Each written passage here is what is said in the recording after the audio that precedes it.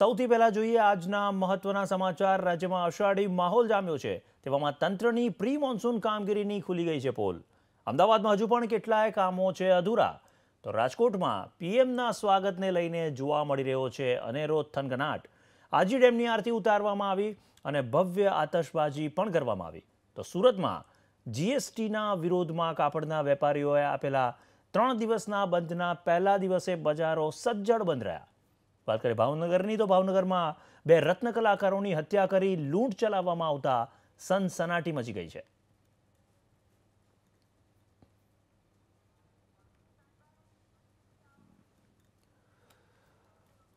તો રાજ્યની તમામ સબ રજિસ્ટ્રાર કચેરીમાં દસ્તાવેજ નોંધણીનો સમય વધારી દેવાયો છે। હવે સવારે 10:30 વાગ્યાથી 7 વાગ્યા સુધી દસ્તાવેજ નોંધણી થઈ શકશે। જીએસટીના અમલ સંદર્ભે રાજ્ય સરકારે આ નિર્ણય કર્યો છે। જુલાઈથી જીએસટીનો અમલ શરૂ થશે, જેને લઈને અત્યારે દસ્તાવેજ નોંધણીમાં મોટો સમયમાં વધારો કરવામાં આવ્યો છે। તો એને લઈને રાજ્ય સરકારે આ નિર્ણય કર્યો છે। 30 જૂન સુધી દસ્તાવેજની નોંધણી સાંજે 7 વાગ્યા સુધી થઈ શકશે। અત્યાર સુધી નોંધણી 5 વાગ્યા સુધી જ થઈ શકતી હતી, પરંતુ હવે 30 જૂન સુધી દસ્તાવેજની નોંધણી સાંજે 7 વાગ્યા સુધી થઈ શકશે। આ નિર્ણય કર્યો છે રાજ્ય સરકારે જીએસટીના અમલને લઈને। તો 30 જૂન સુધી સબ રજિસ્ટ્રાર કચેરીમાં સાંજે 7 વાગ્યા સુધી દસ્તાવેજોની નોંધણી થઈ શકશે। જીએસટીના અમલને લઈને રાજ્ય સરકારે આ ખૂબ જ મહત્વનો નિર્ણય કર્યો છે। જુલાઈથી જીએસટીનો અમલ શરૂ થશે, જેને લઈને અત્યારે જ દસ્તાવેજના નોંધણીના સમયમાં આ વધારો કરાયો છે। નોંધણી કરનારાઓને સુવિધા મળી રહે તે માટે સરકારે આ મહત્વનો નિર્ણય લીધો છે।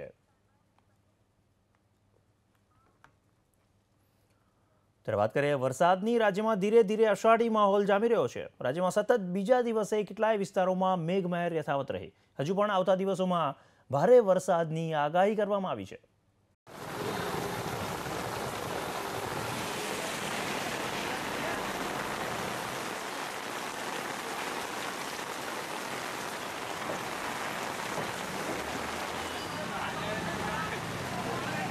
મહાનગરોમાં મેઘરાજા થયા મહેરબાન। જૂન મહિનામાં વરસાદની જમાવટ। અમદાવાદમાં મેઘમહેર યથાવત। સતત બીજા દિવસે અમદાવાદ પર રીઝ્યા મેઘરાજા। શહેરના પૂર્વ વિસ્તારો જશોદાનગર, મણિનગર, ખોખરા, વટવા, બાપુનગરમાં પડ્યો વરસાદ।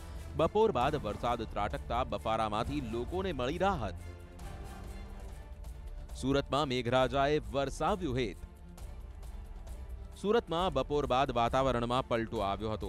કાળા ડિબાંગ વાદળો છવાતા અંધારપટ જેવો માહોલ હતો। ત્યારબાદ અનેક વિસ્તારોમાં વરસાદ પડ્યો હતો। 2 દિવસના વિરામ બાદ ફરી મેઘરાજાએ હેત વરસાવતા લોકો ઝૂમી ઉઠ્યા હતા। રાજકોટમાં 2 દિવસના વિરામ બાદ વરસાદ। રાજકોટમાં છેલ્લા 2 દિવસથી મેઘરાજા ગાયબ થઈ ગયા હતા, પણ ફરી મેઘરાજાએ દેખા દેતા આનંદ છવાયો। અનેક વિસ્તારોમાં વરસાદી ઝાપટા પડતા લોકો ખુશખુશાલ થઈ ગયા હતા। વડોદરામાં વર્ષા રાણીની રાહ। વડોદરામાં વરસાદે વિરામ લીધો છે, પણ આગામી 24 થી 48 કલાકમાં ભારે વરસાદની હવામાન વિભાગની આગાહી છે। તેવામાં તંત્રે નીચાણવાળા વિસ્તારમાં લોકોને એલર્ટ કર્યા છે। 24 થી 48 કલાકમાં અતિથી ભારે વરસાદ થવાની શક્યતાઓ જણાવેલ છે। મામલતદાર ઉત્તર દક્ષિણ પૂર્વ પશ્ચિમમાં જાણ કરતા જ હોય છે અને અમે જાણ કરી દઈએ છીએ। અમને અતિ ભારે વરસાદને અમે દરેક મામલતદાર ઓફિસમાં જાણ કરી દરેક તાલુકામાં। 2 सिनेप्टिक सिस्टम है। एक है ऑफशोर ट्रफ जो साउथ गुजरात कोस्ट से लेके केरला कोस्ट तक जा रहा है, और दूसरा एक बहुत ही अच्छा एक साइक्लोनिक सर्कुलेशन है जो कल भी था, इसलिए हमको अच्छा बारिश हुआ। आज भी वो है over this south Gujarat adjoining Saurashtra and Northeast Arabian Sea from 1.5 kilometre ASL से लेके 3.1 किलोमीटर।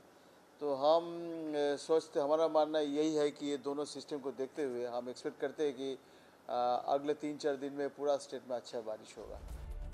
પીએમના પ્રવાસમાં આવશે વરસાદી વિઘ્ન। પ્રધાનમંત્રી ગુજરાતના પ્રવાસે આવી રહ્યા છે, ત્યારે વરસાદની આગાહી હોય પીએમના પ્રવાસમાં આવી શકે છે વરસાદી વિઘ્ન।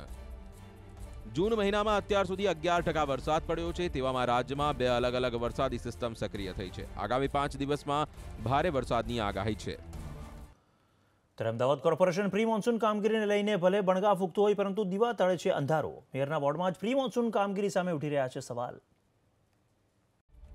વરસાદનું આગમન થઈ ગયું છે, પણ હજુ કોર્પોરેશનની પ્રી મોન્સૂન કામગીરી નથી થઈ પૂર્ણ.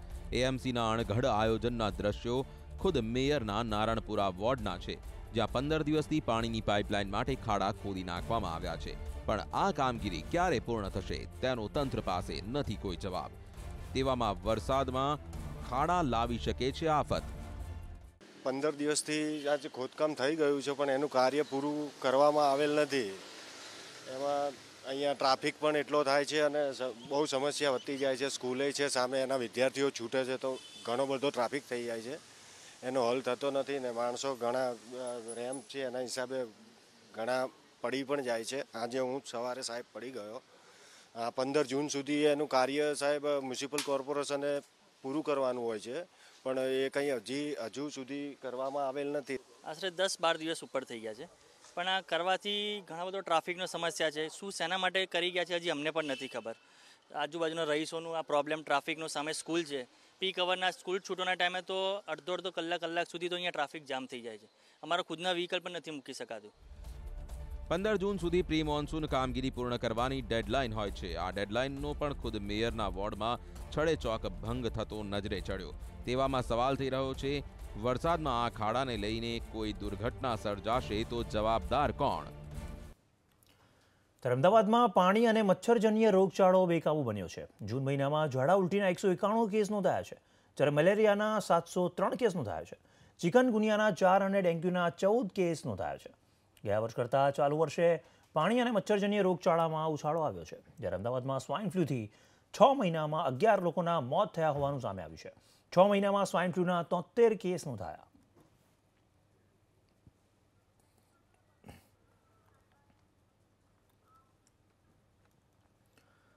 રાજ્યની અલગ અલગ મહાનગરપાલિકાઓ રોગચાળો દૂર કરવા માત્ર 10 દિવસ જ કામગીરી કરે છે. રાજ્યની અલગ અલગ કોર્પોરેશન માત્ર 10 દિવસ માટે જ મેલેરિયાની દવા છાંટતી હોવાનું હાઈકોર્ટના ધ્યાનમાં આવ્યું છે, જેને પગલે હાઈકોર્ટે ટકોર કરી છે કે આ મામલો જાહેર હિતનો છે અને આ મુદ્દે જાહેર હિતની અરજી થવી જોઈએ. ચોમાસામાં મચ્છરજન્ય રોગ ના ફેલાય તે માટે તંત્રની જવાબદારીની કોર્ટે કોર્પોરેશનને યાદ અપાવી.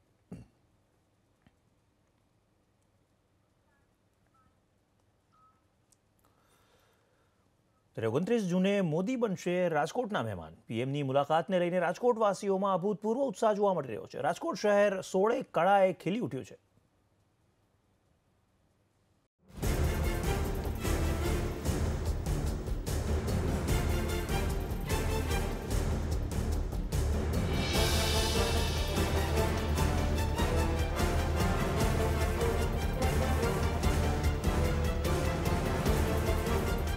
પીએમના સ્વાગત માટે પોસ્ટર્સ. સ્વાગતમાં સીધી નૃત્ય અને ભાંગડા કરાશે. રાજકોટને દુલ્હનની જેમ શણગારાયું. 29 જૂનના રોજ મોદી નર્મદાના નીરના વધામણા કરવા માટે રાજકોટ આવી રહ્યા છે. તુરી બારોટ સમાજ, શીખ સમાજ, આદિવાસી સમાજ મોદીના સ્વાગતમાં કરશે નૃત્ય.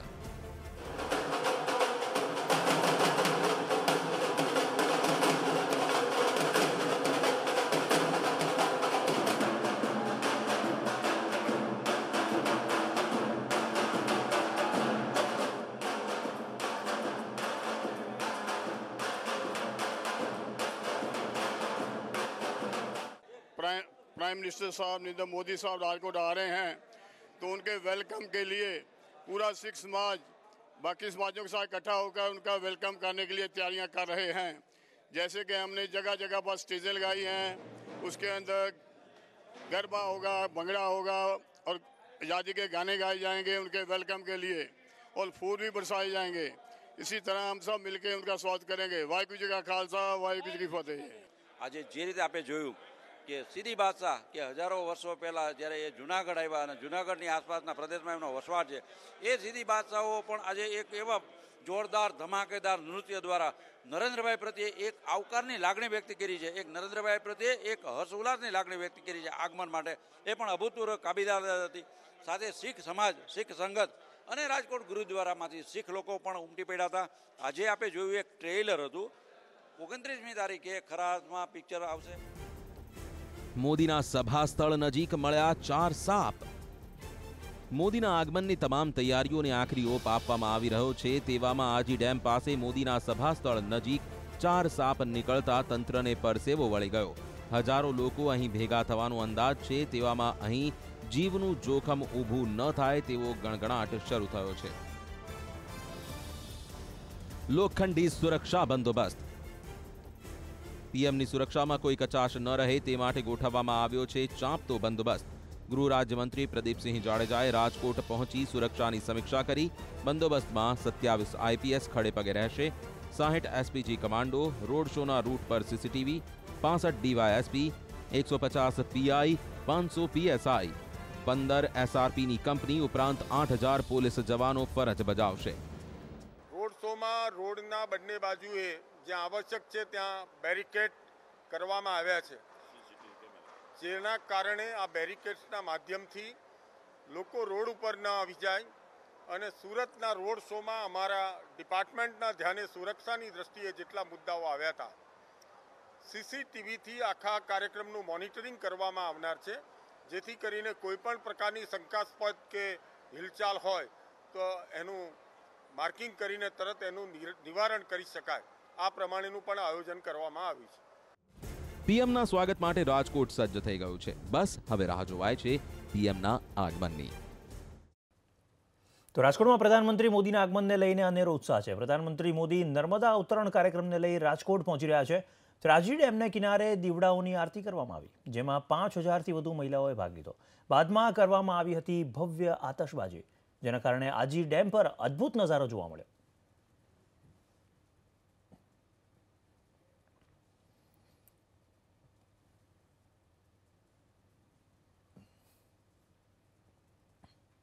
क्या प्रॉब्लम है?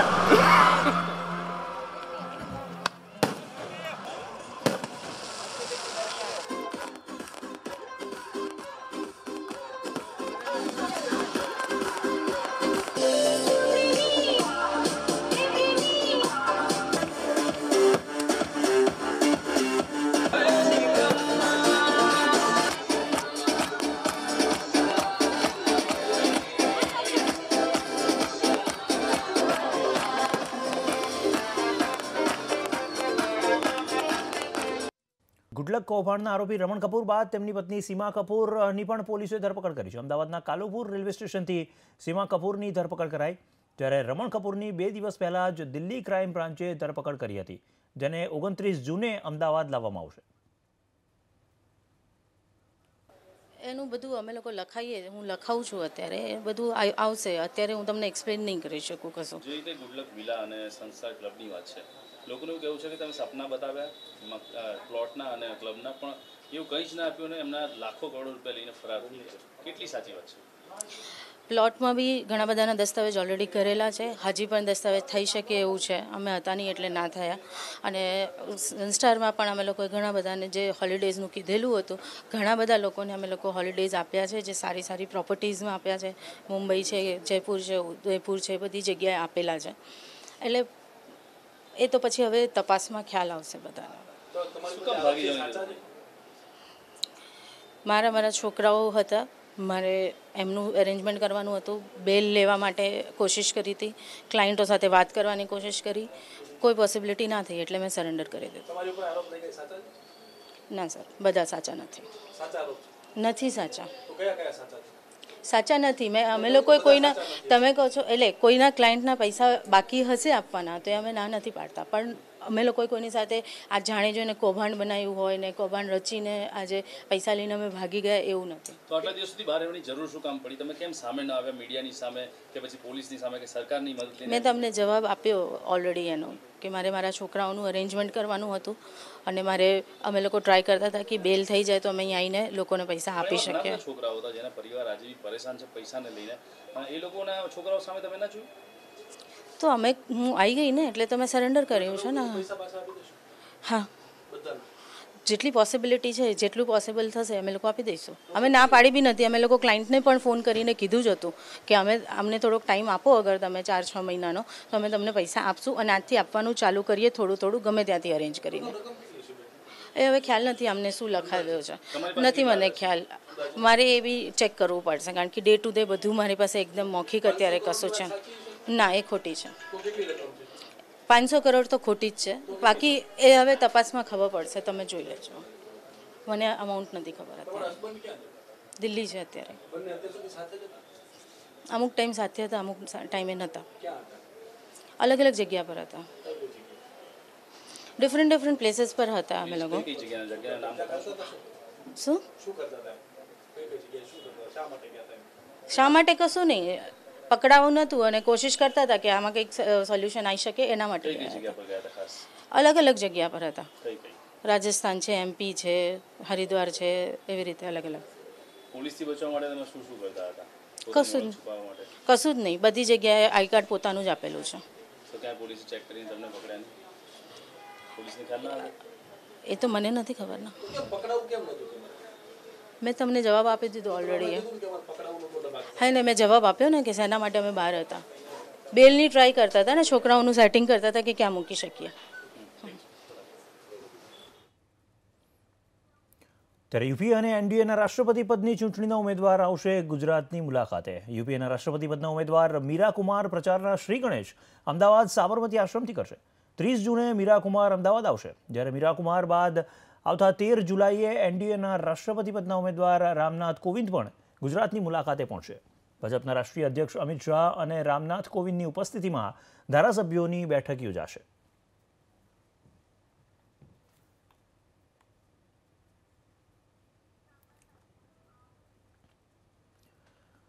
ત્યારે જીએસટીના વિરોધમાં ટેક્સટાઇલ ઉદ્યોગે 3 દિવસના બંધનું એલાન આપ્યું છે. બંધના એલાનને લઈને કાપડ બજારો સજ્જડ બંધ રહી, જેના કારણે કરોડો રૂપિયાનું ટર્નઓવર ઠપ થઈ ગયું.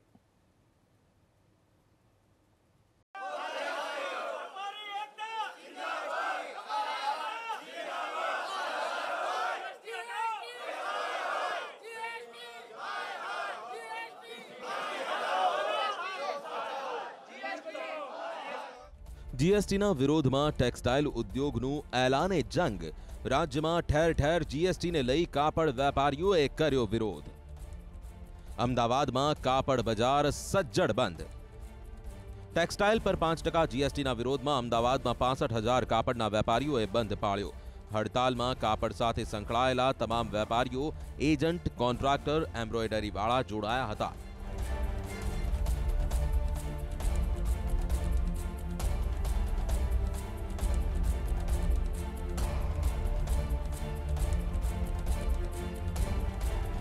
અંદર જે 3 રિટર્નો ભરવાના, એની અંદર જે રીતની જે સજાઓ લખેલી છે, આ બધી જ વસ્તુઓ વેપારી ભાઈઓને સ્વીકાર્ય નથી.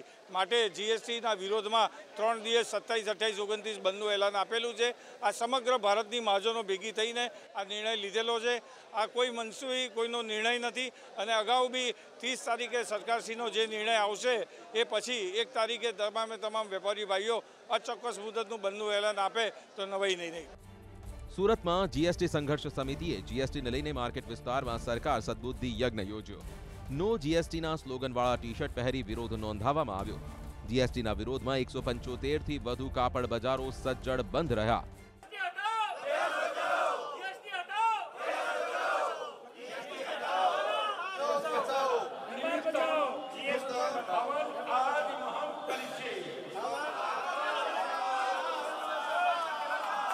छोटे मोटे काम करने वाले तथा जो कानूनी कार्यवाही वगैरह जो करनी है, उससे लेकर के पूरे उद्योग में रोष है कि आज दिन तक जो उद्योग हमेशा फ्री रहा है, उसमें इस तरीके का कानून ला करके जिस तरीके का रोजगार के साथ में आने वाले दिनों में बेरोजगारी के चक्कर में लोग जाए, उससे बचने के लिए हमारे ऑल इंडिया टेक्सटाइल कमेटी के द्वारा सारे एक्सपर्ट से राय लेने के बाद, जीएसटी को समझने के बाद पिछले 20 दिन से हम सरकार से रजूआतें कर रहे हैं कि जिस तरीके से जो उद्योग पे जीएसटी लाई गई है, उसे वन टाइम यान पर लेकर के बाकी सरलीकरण के साथ सारे उद्योग को फ्री रखा जाए.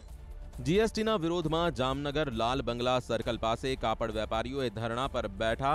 ધરણા પ્રદર્શનમાં Jamnagar chamber of commerce, college અને જામનગર ફેક્ટરી ઓનર્સ એસોસિએશનના પ્રમુખ પણ જોડાયા હતા. એવું બધું ખતરનાક પ્રાવધાન છે એમાં જીએસટીમાં કે એની કોઈ સીમા નથી.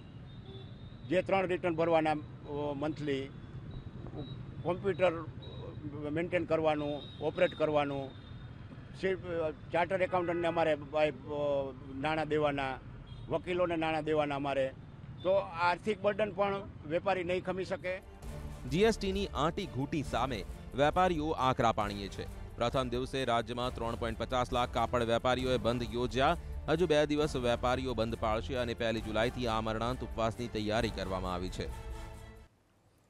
તો વધુ ઉગ્ર આંદોલનની ચીમકી આપી રહ્યા છે જીએસટીના વિરોધમાં આ વેપારીઓ।